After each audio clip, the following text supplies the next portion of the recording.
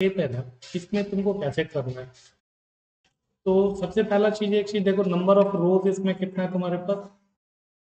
Number of रोज को पहले count करो, ठीक है। तो नंबर ऑफ रोज तुम्हारा 1 2 3 4 एंड नंबर ऑफ रोज 5 है। नंबर ऑफ कॉलम इसमें कितना इन्वॉल्व है, 5 इन्वॉल्व है, मतलब 5 है वो डिक्रीज कर रहा है। First time number of columns की अगर बात करें तो कितना 5 है, सेकेंड टाइम 4 हो जा रहा है, 3 2 1। तो सबसे पहला काम तुम लोगों को क्या करना है ना इसमें, कि ये जो पिरामिड बनाना है ना, तो इसको ना कोई भी ये शेप को पहले तुमको ड्रॉ करना पड़ेगा। शेप के लिए कोड लिखना पड़ेगा। ये शेप के लिए तुमको क्या करना पड़ेगा, कोड राइट करना पड़ेगा। शेप के लिए कोड कैसे राइट करोगे, देखो फर्स्ट टाइम क्या है, नंबर ऑफ कॉलम्स कितना होना चाहिए 5, सेकेंड टाइम 4 3 2 1।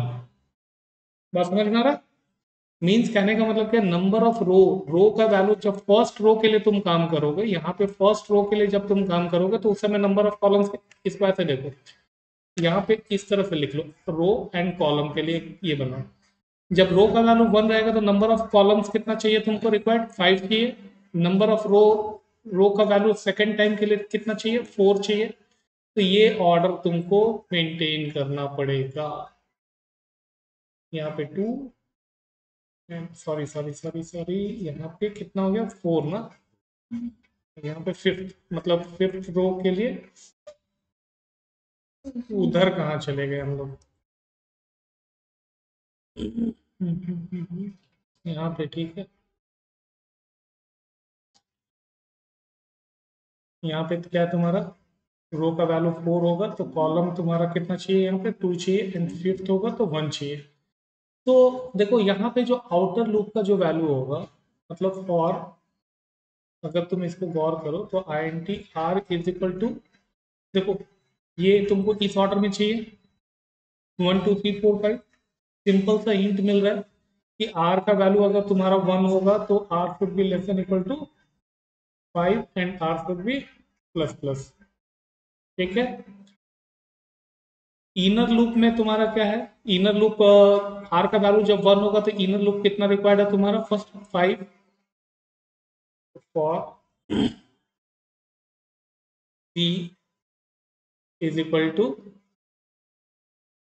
स्पेस दे दे रहे, ठीक है, and C should be less than, last C का वैल्यू क्या है तुम्हारा, यहाँ पे भी स्पेस दे रहे, कंडीशन में भी अभी स्पेस दे रहे, ठीक है। And here C should be plus plus, या माइनस माइनस क्या होगा उस चीज को समझते हैं पहले, ठीक है। मीन्स एक बेसिक स्ट्रक्चर अगर तुम देखो तो फर्स्ट बेसिक स्ट्रक्चर यहाँ पे ये आ रहा है, लेकिन यहाँ पे क्या है तुम्हारा, आर का वैल्यू जब फर्स्ट, मीन्स आर का वैल्यू जो भी हो, means R first, outer loop का फर्स्ट टाइम के लिए जब लूप चलेगा तो इनर लूप मेरे को 5 टाइम्स चाहिए। तो यहाँ पे ना थोड़ा सा हम चेंजेस कर रहे हैं। चेंजेस करने का मतलब क्या है, देखो यहाँ पे चेंजेस कर रहे हैं, क्या चेंजेस किए अभी देखो इस चीज को।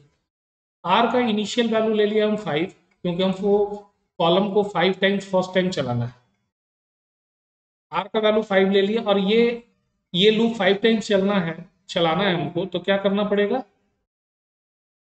अगर हम इसको रिवर्स ऑर्डर में लिख दे तो ये लूप तो काम बन जाएगा। मीन्स आर का वैल्यू अगर फर्स्ट टाइम 5 है and R should be greater than is equal to 1 and R should be minus minus, चलेगा ये लूप 5 टाइम चलेगा, कोई प्रॉब्लम है नहीं है। क्यों क्यों चलेगा, क्योंकि आर का वैल्यू 5 से स्टार्ट हो रहा है और 1 तक जा रहा है, ठीक है। तो यहाँ पे देखो आर का वैल्यू फर्स्ट टाइम जब सी का इनिशियल वैल्यू हम लोग ले लिए कितना 1, आर का वैल्यू किस तरह से चलेगा, फर्स्ट टाइम जब लूप चलेगा तो आर का वैल्यू कितना होगा 5, सेकेंड टाइम इसका वैल्यू क्या हो जाएगा तुम्हारा 4, फिर 3, फिर 2 एंड 1 हो जाएगा, इस तरह से चलेगा। तो कहने का मतलब क्या है कि सी का जब फर्स्ट टाइम आर का वैल्यू 5 के लिए जब चलेगा तो क्या हो जाएगा तुम्हारा, C is equal to 1 to C should be less than equal to R कर देंगे यहाँ पे, ठीक है। देखो सारा चीज का खेला यहीं पे है, C should be less than equal to R and C should be plus plus. अब क्या हो गया, इनर लूप जो है वो किसके ऊपर डिपेंडेंट हो गया, आउटर लूप पे डिपेंडेंट है, और कौन सा वेरिएबल पे डिपेंडेंट है, आर के ऊपर। तो कहने का मतलब क्या है कि आर का वैल्यू जब यहाँ पे फिर से नया तरीके से देखो, जब आर का वैल्यू 5 होगा तो सी का वैल्यू कहाँ से कहाँ चलेगा, 1 to 5 चलेगा, क्योंकि ये 1 to 5 है। जब आर का वैल्यू नेक्स्ट टाइम 4 हो जाएगा तो सी का वैल्यू कितना चलेगा, 1 to 4 टाइम्स चलेगा। जब आर का वैल्यू 3 हो जाएगा तो सी का वैल्यू कहाँ से कहाँ जाएगा, 1 to 3। सिमिलरली जब आर का वैल्यू 2 होगा तो 1 to 2 चलेगा, और ये तुम्हारा क्या हो जाएगा, 1 to 1। तो यहाँ से ये क्लियर हो गया कि आर का वैल्यू अगर मेरा फर्स्ट टाइम जब हम प्ले करेंगे तो ये कॉलम मेरा 5 टाइम्स एग्जीक्यूट कर रहा है। तो ये शेप को हम मेंटेन करने के लिए पिरामिड में रेडी है। ठीक है, तो पूरा को डिलीट कर दे रहे।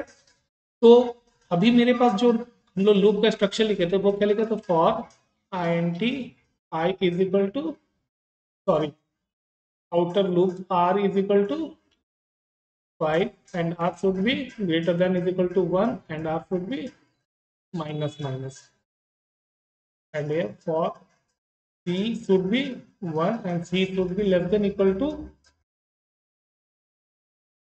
r and c should be plus plus।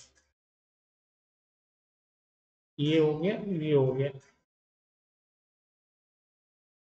ठीक है, तो यहाँ पे अगर हम लोग अभी एक S O P L N एक क्या कर दिए, ब्लैंक लाइन के लिए डाल दिए, कोई प्रॉब्लम नहीं है। यहाँ पे ब्लैंक लाइन के लिए हम लोग पुट कर दिए ये।